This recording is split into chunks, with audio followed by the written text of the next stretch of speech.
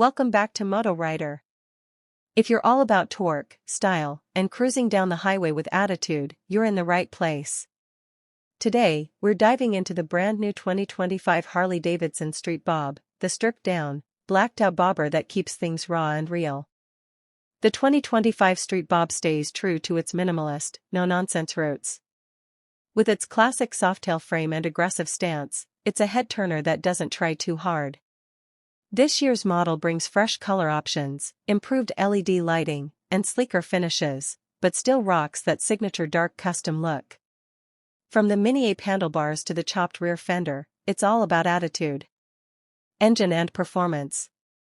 Under the tank, Harley packs in the Milwaukee 8114 V-twin engine, and yes, it still roars. With 119 ft-lb of torque, this beast launches off the line with ease.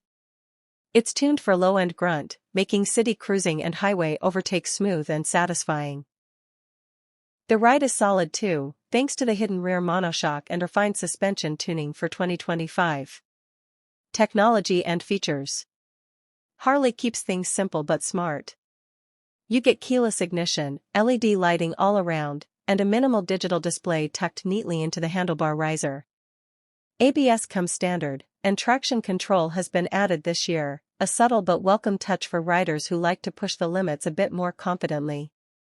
For a stripped-down bobber, the Street Bob is surprisingly comfortable. The solo seat is firm but supportive, and those mini-apes give you a commanding upright position. It's a bike that feels planted whether you're carving corners or cruising long stretches of open road. Coming in at just under $16,500, the 2025 Street Bob offers big performance and authentic Harley style without breaking the bank. It's perfect for riders who want the classic Harley vibe without too many frills.